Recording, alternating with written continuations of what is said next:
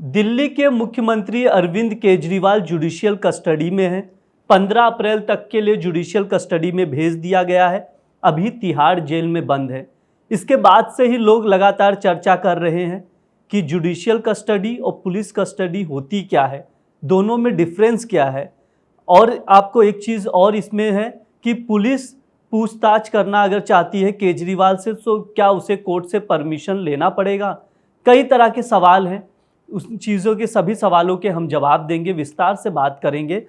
पहले ये आप जान लीजिए, बेसिकली होता ये है कि जुडिशियल कस्टडी और ये पुलिस कस्टडी, यानी इस चीज़ को आप हिरासत, कस्टडी को हिरासत कहते हैं हिंदी में, सरल भाषा में।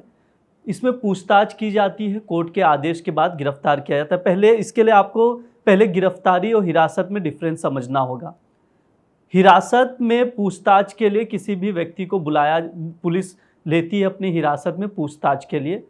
गिरफ्तारी कब होती है? किसी भी व्यक्ति को, अगर किसी व्यक्ति ने अपराध किया हो या शक हो कि वो अपराध कर सकता है या अपराध किया हो, ऐसा पुलिस को शक हो, तो उसे गिरफ्तार करती है। यानी आप ये समझ लीजिए, हिरासत में लेना गिरफ्तार करना नहीं होता। ऐसा कई लोगों को लगता है कि दोनों सिमिलर है, लेकिन नहीं है ऐसा। इसलिए मैं आपको एक चीज़ समझा देता हूँ। हिरासत में ज़रूरी नहीं है कि आरोपी को गिरफ्तार किया जाए, लेकिन गिरफ्तारी में हिरासत होती है। यानी पहले हिरासत में लिया जाता है पूछताछ के लिए, फिर कोर्ट में पेश किया जाता है, उसके बाद कोर्ट के आदेश के बाद ही उसे जुडिशियल कस्टडी या पुलिस कस्टडी में भेजा जाता है। अब इसको हम अच्छे से समझेंगे। सबसे पहले जुडिशियल कस्टडी पे बात कर लेते हैं। किसी भी अपराध में किसी भी व्यक्ति को जब पुलिस पूछताछ के बाद हिरासत में लेती है, उसके बाद गिरफ्तार करती है, उसके बाद कोर्ट में पेश करती है। अब कोर्ट तय करता है कि उसे पुलिस कस्टडी में भेजना है या जुडिशियल कस्टडी में। कई बार एजेंसी पुलिस कस्टडी की मांग भी करती है। इसके बाद होता यह है कि इसमें अपराधी कई बार सरेंडर भी करते हैं, उस दौरान जुडिशियल कस्टडी में भेज दिया जाता है।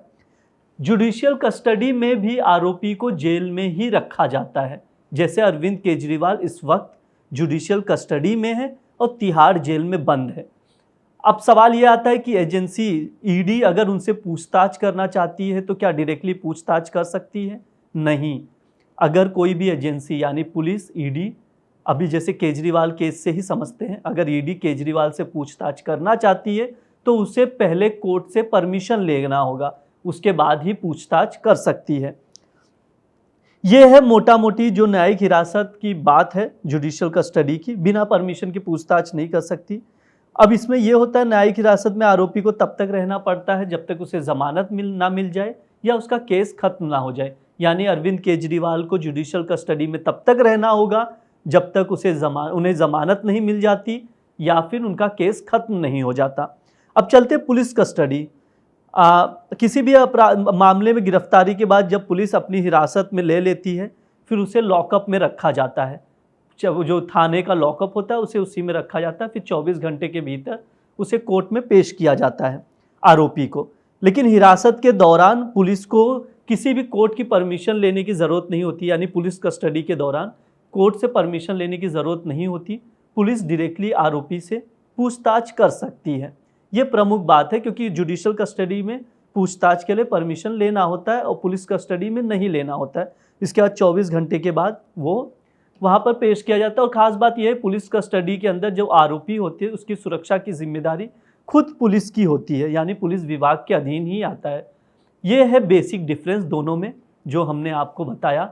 ऐसे अलग अलग कानूनी पहलू पर हम आपको सरल भाषा में समझाते रहेंगे। देखते रहिए India.com। शुक्रिया।